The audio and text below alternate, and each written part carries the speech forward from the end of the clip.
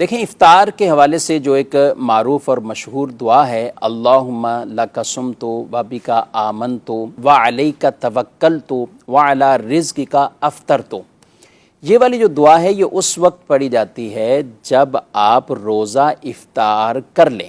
اب جب ہم کھجور کھائی اور روزہ افطار کر لیا، کیونکہ اس میں کلمات ہی یہی ہیں کہ اللہ میں نے تیرے لیے روزہ رکھا، تجھ پر ایمان ہے اور تیرے ہی رزق پر میں نے اس کو افطار کر لیا۔ تو جب افطار کر لیتے ہیں اس وقت یہ کلمات کہہ کے آپ دعا پڑھ لیا کریں۔ اور دعا بہرحال افطاری سے پہلے بھی جو دعا مانگی جاتی ہیں اللہ کی بارگاہ میں دعا ہے، اور ایک خاص وقت ہے، بالکل اس وقت بھی مانگنی چاہیے، لیکن جب آپ روزہ افطار کر لیں تو اس کے بعد دعا مانگنے کی یہ بہت فضیلتیں ہیں۔ اس وقت اللہ پاک سے اپنی بخششوں اور مغفرت کی دعا مانگتے رہنا چاہیے۔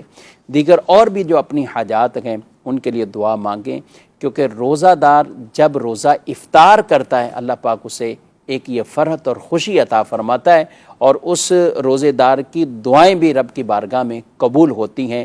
تو لہذا یہ وقت صرف کھانے پینے میں نہیں لگانا چاہیے، آپ روزہ افطار کریں، ٹھیک ہے، کچھ چیزیں آپ نے کھائیں، لیکن ساتھ ساتھ دعا کو نہ بھولیں۔ اس وقت آپ اللہ پاک سے دعا بھی مانگتے رہیں۔